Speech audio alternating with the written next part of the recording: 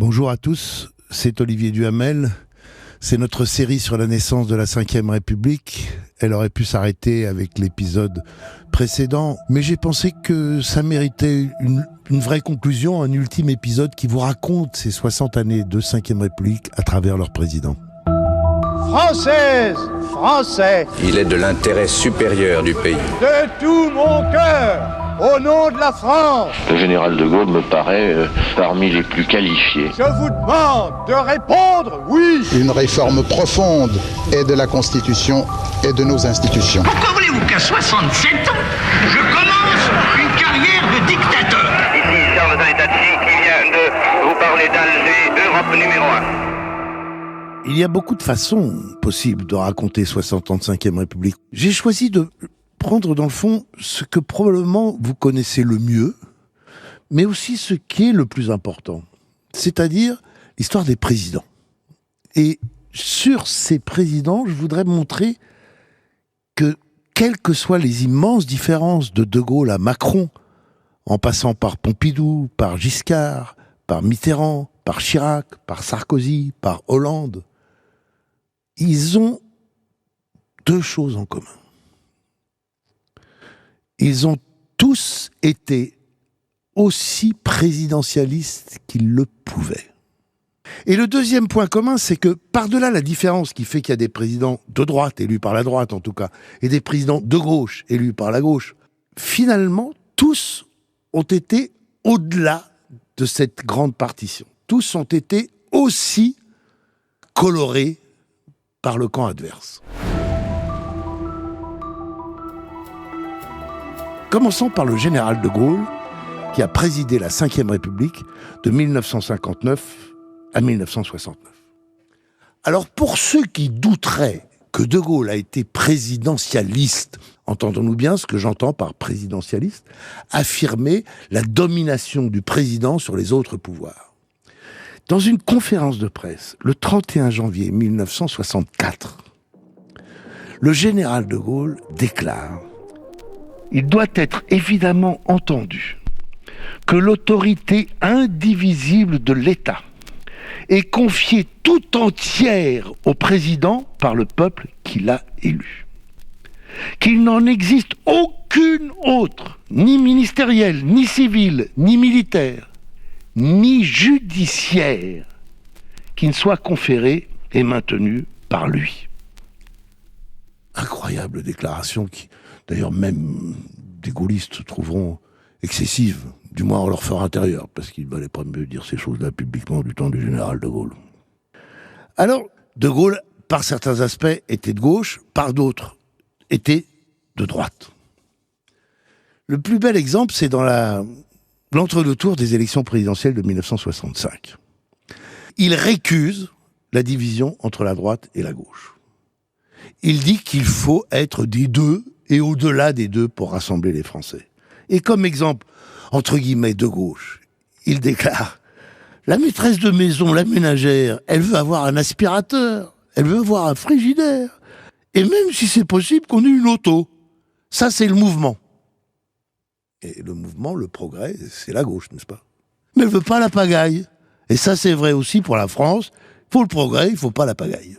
Et puis, par ailleurs, le général de Gaulle était, pourrait-on dire, pour pousser encore plus loin l'oxymore, la contradiction, un empereur démocrate. Un empereur, un Bonaparte, qui faisait appel au plébiscite. Et c'est ce qu'il fait encore une fois en 1969, quand il veut réformer les régions et le Sénat. Mais un empereur démocrate, parce qu'il met en jeu sa responsabilité. Inutile de vous dire que ses successeurs, quand ils ont fait des référendums, ils n'ont pas mis en jeu leur responsabilité. Là, ils n'ont pas pris le risque. Bon. Mais lui, si, écoutez-le, son dernier discours aux Français avant le référendum de 1969, ce discours est du 24 avril 1969, écoutez l'extrait.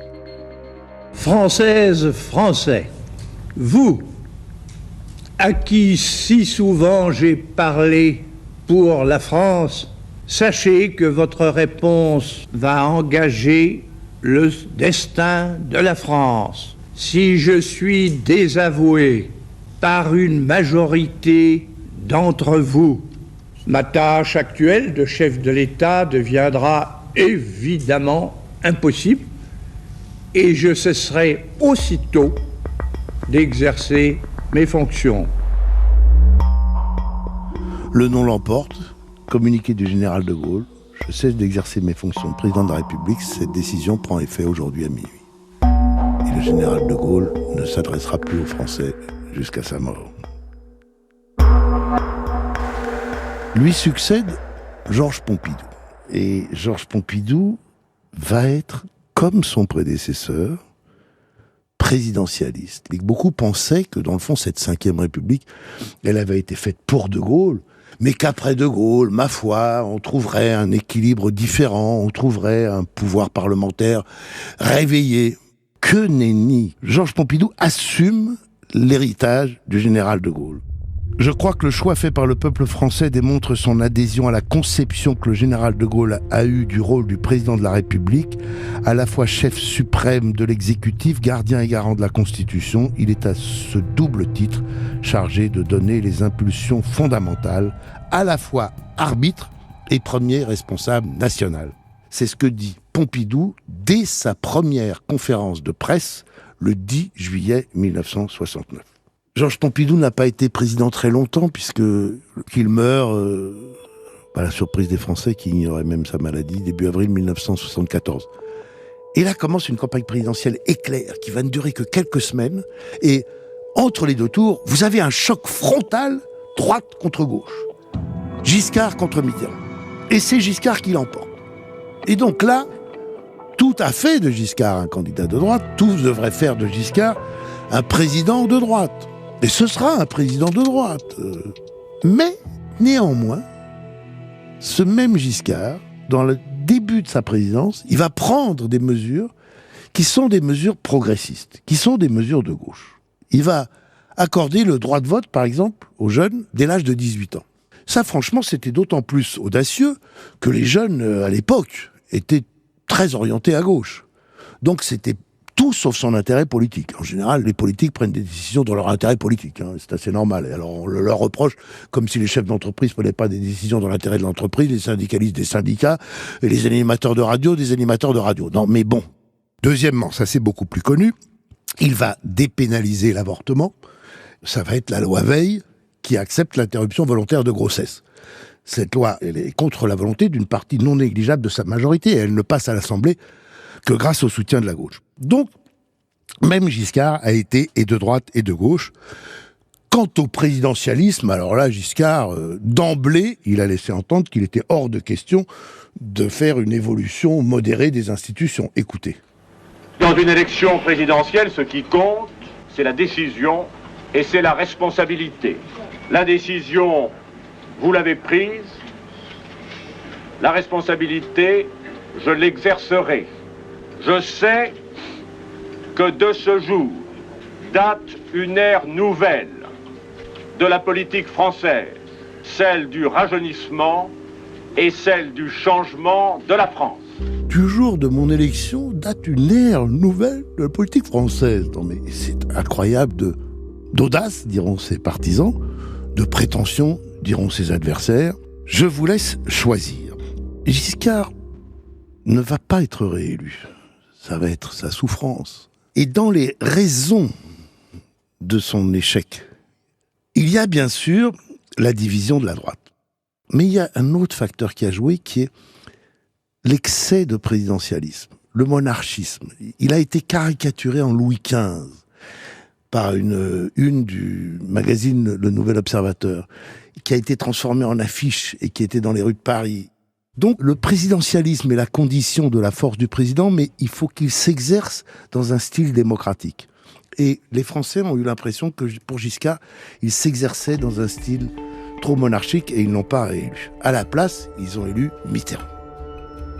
On pourrait dire Mitterrand, alors là, du coup, c'est fini le présidentialisme avec Mitterrand. Mitterrand, c'est un homme de la 4e République. Mitterrand, c'est un républicain. Mitterrand, c'est un parlementaire. Mitterrand, c'est quelqu'un qui a dénoncé la 5e République. Mitterrand, c'est quelqu'un qui a voté non en 1958. Mitterrand, c'est quelqu'un qui a publié en 1964 un livre qui s'appelait « Le coup d'État permanent ».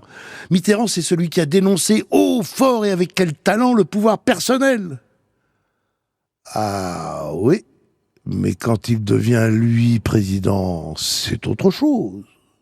Il aura ce mot incroyable disant que les institutions étaient mauvaises avant lui, seraient mauvaises après lui, mais sous-entendu, avec lui, elles étaient bonnes. Ce qui veut dire que l'alternance de 1980 est une grande alternance politique, mais que c'est une grande continuité constitutionnelle pour la Ve République.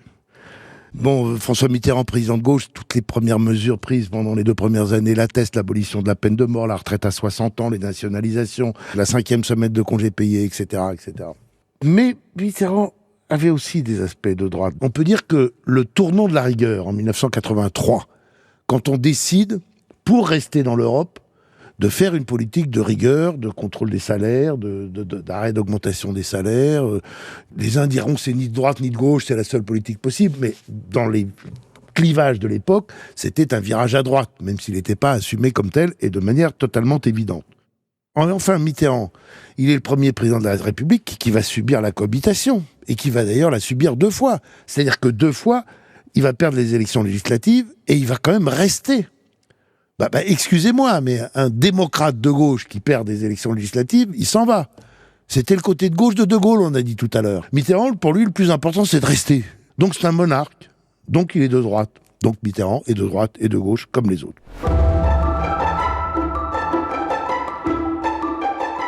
Chirac. Alors Jacques Chirac, c'est quelqu'un, Jacques Chirac.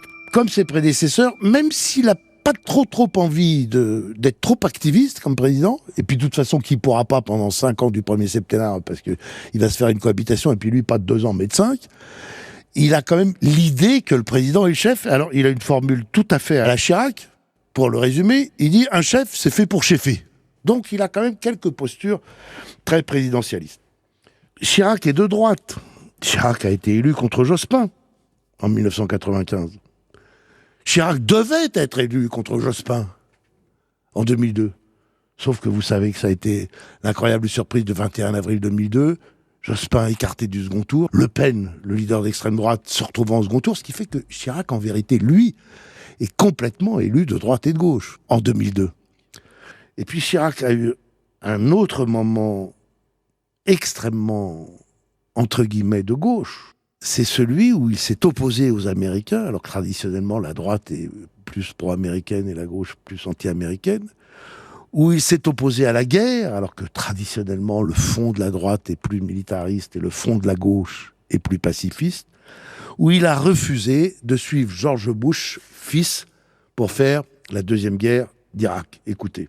J'ai entendu parler de cette résolution qui m'apparaît comme un moyen, après coup, de justifier l'intervention militaire et qui n'est donc pas, de mon point de vue, adapté à la situation actuelle. La France, par conséquent, n'acceptera pas une résolution de cette nature, celle que vous avez évoquée, c'est-à-dire une résolution tendant à légitimer l'intervention militaire et à donner aux belligérants américains et qui n'est donc pas, de mon point de vue, adapté à la situation actuelle. La France, par conséquent, n'acceptera pas une résolution de cette nature, celle que vous avez évoquée, c'est-à-dire une résolution tendant à légitimer l'intervention militaire et à donner aux belligérants américains et anglais les pouvoirs d'administration de l'Irak. Donc le 18 mars, il avait annoncé qu'il ne suivrait pas une intervention militaire et qu'il voulait essayer encore d'arrêter la guerre. Et le 21 mars, il refuse d'accepter de légitimer l'intervention américaine qui vient d'avoir lieu. Succède à Jacques Chirac, comme vous le savez, Nicolas Sarkozy en 2007. Et là, bon, vous le connaissez mieux, donc on va aller peut-être un peu plus rapidement sur les présidents tout récents.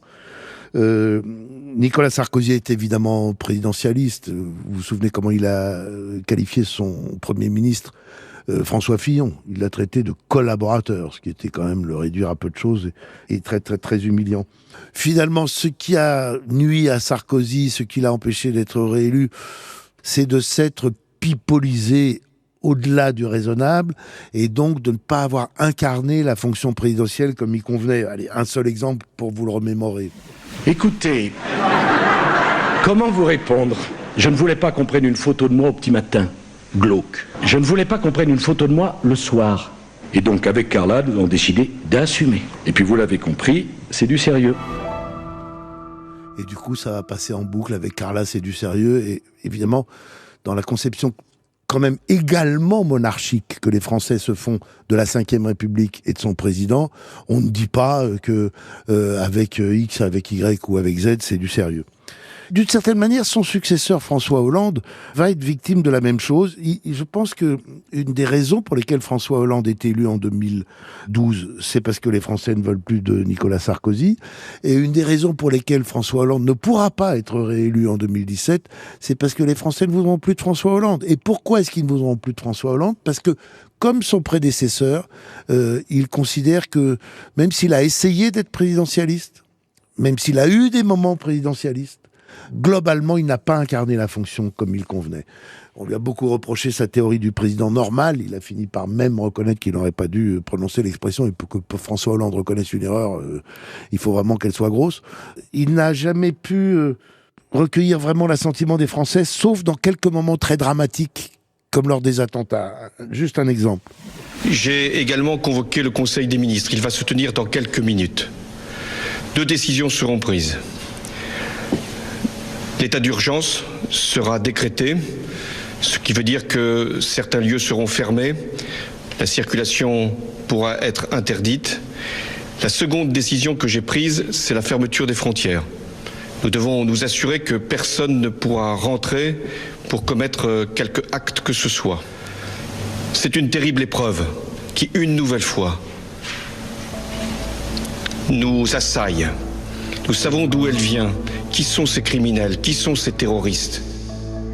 C'était donc le 13 novembre 2015, à 23h55, après les terribles attentats que l'on sait. Dans ces moments-là, il incarne totalement la fonction présidentielle. Dans les semaines qui suivent, il a un bond de popularité, ou plus exactement un recul énorme de son impopularité, donc un bond de popularité. Et puis ça disparaîtra. Et puis il n'en restera rien. C'est un des mystères de François Hollande. François Hollande, franchement, tout le monde doit reconnaître que c'est quelqu'un de fort intelligent. Tout le monde doit reconnaître que c'est quelqu'un de fort sympathique. Qu'est-ce qui fait qu'un homme aussi intelligent et aussi sympathique ait été incapable d'incarner vraiment la fonction présidentielle ? Je crois que ça nous dit quelque chose sur le mystère de cette fonction à la fois monarchique et démocratique, et sur la grande différence qu'il y a entre les talents requis pour conquérir le pouvoir et les talents requis pour l'exercer. Et notre dernier président, l'actuel Emmanuel Macron, question talent pour conquérir le pouvoir, il en a montré. Est-ce qu'il parviendra, lui, à l'incarner comme sur le faire certains prédécesseurs, comme le firent magnifiquement, si je devais faire un hit parade qui serait le même que celui que font les Français, et le général de Gaulle, et François Mitterrand. Mais cela, il est vraiment trop tôt pour le dire, mais dans quelques années, nous pourrons le faire. Nous le ferons dans une autre série. Vraiment merci d'avoir suivi cette série du 1er au 8e épisode. Merci à mes côtés, à Thomas Caillet à la production, à Paul Lassène, Fanny Rascle et Claire Azan à la préparation. On a beaucoup travaillé, mais on s'est beaucoup amusé. Merci évidemment au service documentation d'Europe 1. Si vous avez raté un épisode, eh bien vous pouvez tout retrouver sur europe1.fr. Ou alors si vous avez beaucoup aimé un épisode, vous pouvez également le réécouter sur europe1.fr. Et en tout cas, les faire écouter, europe1.fr, les différentes plateformes d'écoute. Et j'espère vous retrouver très prochainement. Au revoir. Une création Europe 1 Studio.